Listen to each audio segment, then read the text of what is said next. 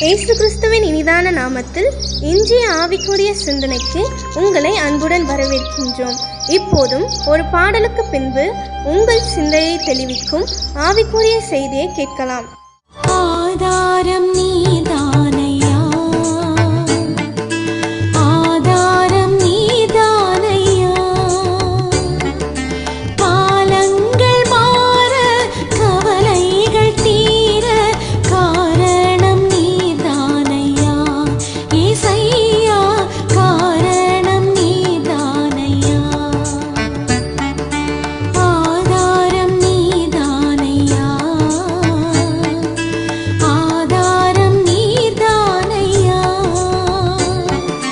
காலங்கள் மாற கவலைகள் தீர காரணம் நீதானையா, ஏசையா காரணம் நீதானையா. ஆண்டவர் இரட்சகருமாகிய இயேசுவின் இனிதான நாமத்தில் உங்களை வாழ்த்துகிறேன். கர்த்தர் கிருபையாய் இந்த மாதத்தின் கடைசி நாளை பார்க்க கொடுத்திருக்கிறார். இந்த மாதம் வேகமாய் போனது போலதான் தெரிகிறது. ஏன் ஜனவரி இப்பொழுதுதான் வந்தது போல இருந்தது. வருடத்தின் பாதி நாட்கள் முடிந்து விட்டது.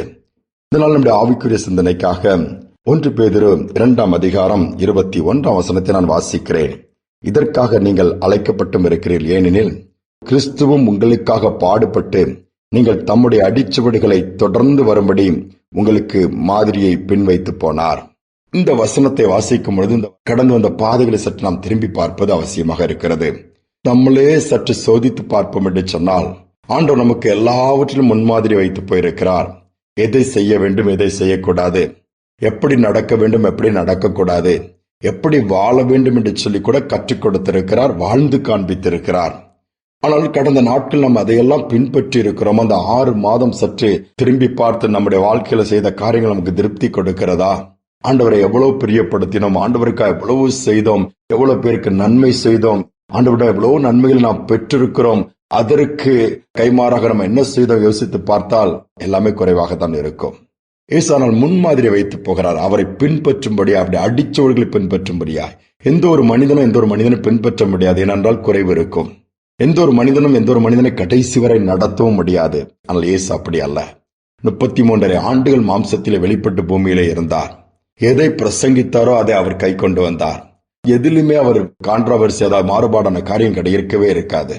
மன்னிக்க வேண்டுமென்றால் அவர் மன்னித்து காண்பித்தார். கீழ்ப்படிய வேண்டுமென்று சொன்னால் பெற்றோருக்கு கீழ்ப்படிந்து காண்பித்தார். உண்மையா இருக்க வேண்டாம், உண்மையாகவே இருந்தார். எல்லாவற்றையும் எடுத்து பார்த்தோம்னால் ஆச்சரியமாக இருக்கும். நமக்கு முன்மாதிரி வைத்திருக்கிறார்.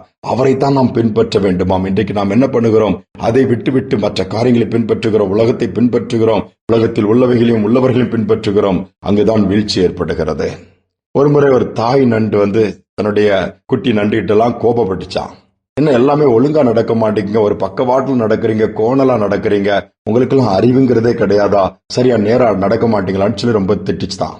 அப்போ ஒரு குட்டி நண்டு சொல்லிச்சான், மம்மி எனக்கு நடக்க தெரியல, நீங்க கொஞ்சம் கற்றுக் கொடுங்களா, நீங்க கற்றுக் கொடுத்தா நாங்க அதே மாதிரி நேரா நடக்கிறோம், நீங்க கைட் பண்ணீங்கன்னா நாங்க அதை ஃபாலோ பண்ண ரெடியா இருக்கும் போது, சரி நீ பாருங்க எல்லாரும் நான் கற்றுக் கொடுக்கிற மாதிரி நீங்க இது பண்ணணும்னு சொல்லிட்டு அது நடக்க ஆரம்பிச்சுதான். ஆனா அந்த தாய் நன்றால நடக்க முடியல. பக்கவாட்டில தான் அது போகுது.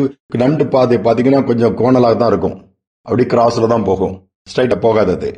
அப்போ பார்க்கும்போது அது நடக்கும்பொழுது அந்த தாய் நண்டுக்கே புரிஞ்சுதான், ஐயோ நம்மளே இப்படி பக்கவாட்டில தான் நடக்கிறோம், நேரம் நடக்க முடியலையே, அப்ப நம்ம கிட்ட இருந்து தான் நம்ம பிள்ளைகள் கத்துக்கிடுச்சுது அப்படின்னு சொல்லி ரொம்ப ஃபீல் பண்ணிச்சுதான், குற்றச்சாட்டுறதை நிறுத்திடுச்சுதான்.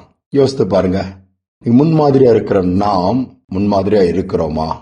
இல்லாவிட்டால் எப்படி நம்முடைய பிள்ளைகள் நம்மை பின்பற்ற முடியும்? எப்படி நமக்கு நேர்வழியை காண்பிக்க முடியும்? எப்படி இது உண்மை இது பொய் என்பதை வித்தியாசப்படுத்த முடியும்? இன்னைக்கு சற்று யோசித்து பார்ப்போம். 6 மாதங்கள் முடிச்சு, எஞ்சிய 6 மாதங்கள் நமக்கு முன்பாக வைக்கப்பட்டிருக்கிறது. இயேசுவை முன்பாக வைப்போம், அப்படி அடிச்சவர்களை பின்பற்றுவோம், அவரை சார்ந்து கொள்வோம். அவர் தான் சொன்னார், தைரியமா ஃபாலோ மீ, என்னை பின்பற்றி வாண்டு சொன்னாரு. எந்த ஒரு மனிதனும் எந்த ஒருத்தரும் இந்த சவால் விட முடியாது. இயேசு அதை செய்து காண்பித்தார். நம்ம முழுவதும் அர்ப்பணித்து கடந்த மாதங்கள் எல்லாம் பாதுகாத்தாரு, கூட இருந்தாரு, துணை நின்றாரு. நன்றி சொல்லி வரப்போகிற நாட்கள் நாங்கள் உண்மை பின்பற்ற விரும்புகிறோம், உண்மை சார்ந்து கொள்ள விரும்புகிறோம். அவருடைய அடிச்சவர்களை விட்டு விலகாமல் அதிலே நாம் பின்பற்றுவோம் என்று சொன்னால் முடிவு பரலோக ராஜ்யத்தில் பேத கொண்டு விடும். அதை செய்வோமா? ஜெபிக்கலாம். அன்பின் தகப்பனே, நாட்களும் காலங்களும் வேகமாய் போய் கொண்டிருந்த காலகட்டத்தில் இம்மட்டுமாய் கிருபை கொடுத்த 6 மாதங்களை தாண்ட வைக்கிறீங்க. பாக்கா ஸ்தோத்திரம்.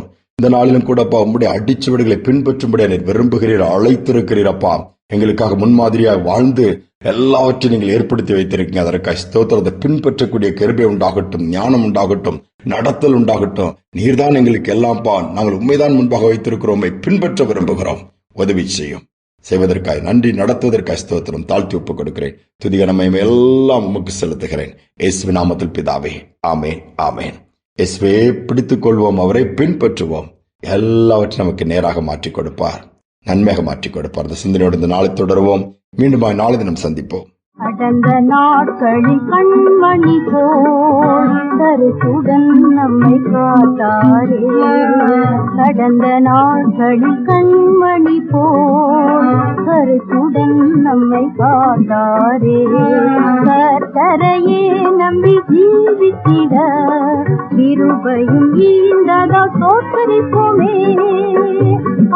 அற்புதமே அவர் நடத்துதலே, ஆனந்தமே பரமானந்தமே, நன்றியால் உள்ளமே மிக பொங்கிடுதே.